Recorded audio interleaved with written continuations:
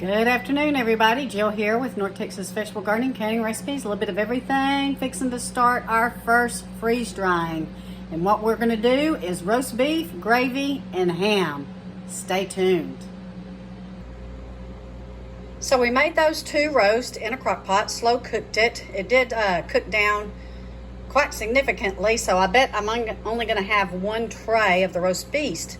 But I am going to show you, this is what we're going to make the gravy out of. So we have it in the refrigerator, or we had it in the refrigerator, and now we want to remove the fat. And we just want the gravy. So we have a very nice large ham shank that we're going to thinly slice and lay out on some trays as well. Okay, so we have 2 full trays of ham. And we have 2 full trays of roast beef.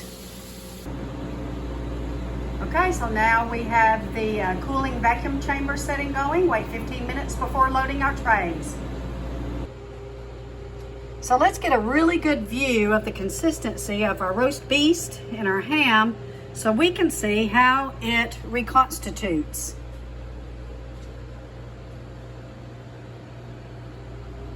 When we're done. All right, we've loaded the meat in, and now we're gonna pour the gravy in the tray. We're choosing to do it this way so we don't have to carry it and it spill. Right now, that's 4 cups of our beef broth. We're gonna see how much it'll hold.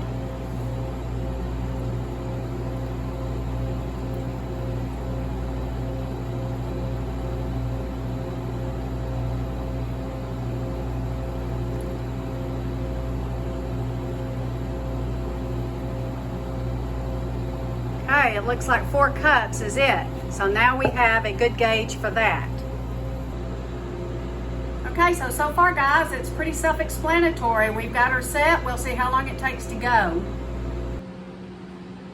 All right, so we'll see what happens, and I'll be, the next video you see, or the next update to this video, will be us pulling it out. Now, we chose the roast beef with gravy for a couple of reasons. Number one, if you're from the South and maybe not from the South, you may have heard of open-faced sandwiches, which is roast beef with gravy on some toasted bread. That is one of our favorites down here. And it will be a very quick meal for me and my husband. So not only are we preparing to store food for long-term storage, but we're also preparing food this way so that while we're outside working on long days and stuff, we can come in and make us a very quick, hearty meal. And the ham is going to be the same way. We can have it with dinner, or we can make ham sandwiches out of it. So we're really excited to see how this turns out. You want to stay tuned, hit that subscribe button, and stay tuned shortly, and we'll check it out together. Okay guys, it's ran about 38 hours, and it looks like it's pretty good. So let's get a little closer and check out the texture. So here's the ham. It's very well dried. And here is the roast beef. So we got to get this packaged up, and then after we get it packaged up, oh, here's the gravy. You can see it is very crumbly and dry. After we get it packaged up, we will go ahead and do a reconstitution test. Very excited.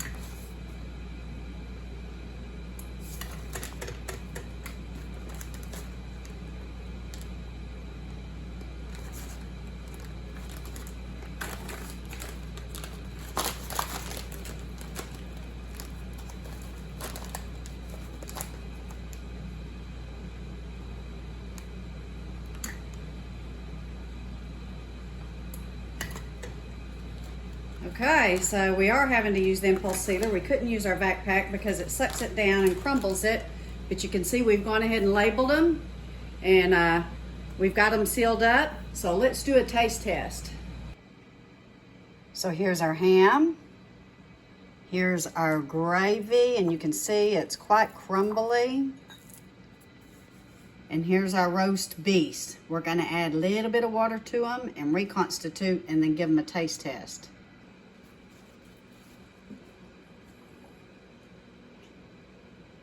So here's a little bit for the ham, a little bit for the gravy.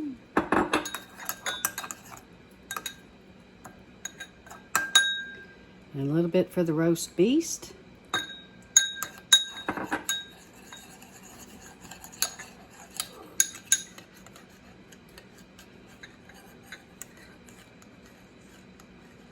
Look at that.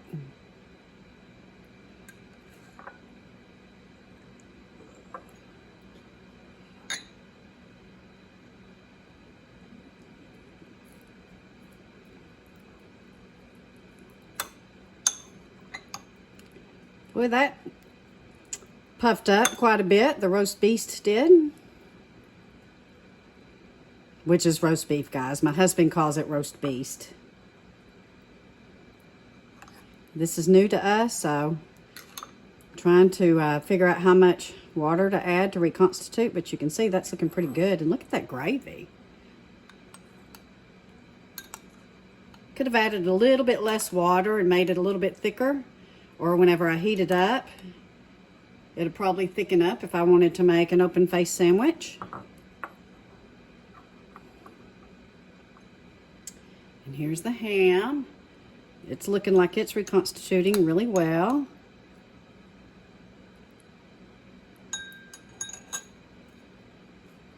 Look. It has gone back to its original texture and its original feel.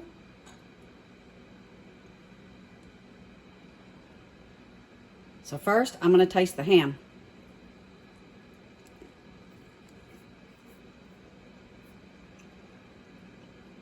That's pretty incredible. It has the same texture as before we put it in. The flavor has not been inhibited at all. Oh, I'm very excited, guys. Now let's taste the gravy.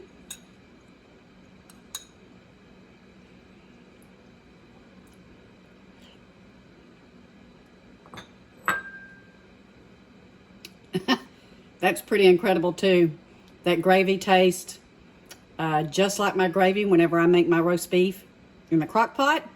Again, I probably add a little bit too much water. I could thicken it up a little bit whenever I'm reheating, or I could pour it over my roast beef. But look at this. Look how much that has reconstituted. Now let's taste the roast.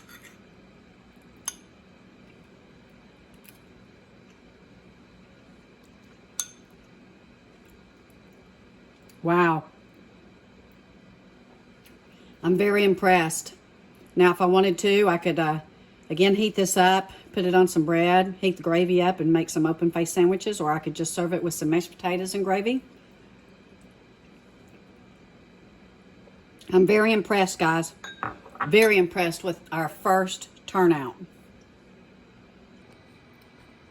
So all in all, wow. I could express, I don't think, any more excitement to know that all of that turned out really great. Now we have other things coming up. We're going to do some mashed potatoes, some potato salad. We're going to do some fruits and veggies. So be sure and hit that subscribe button.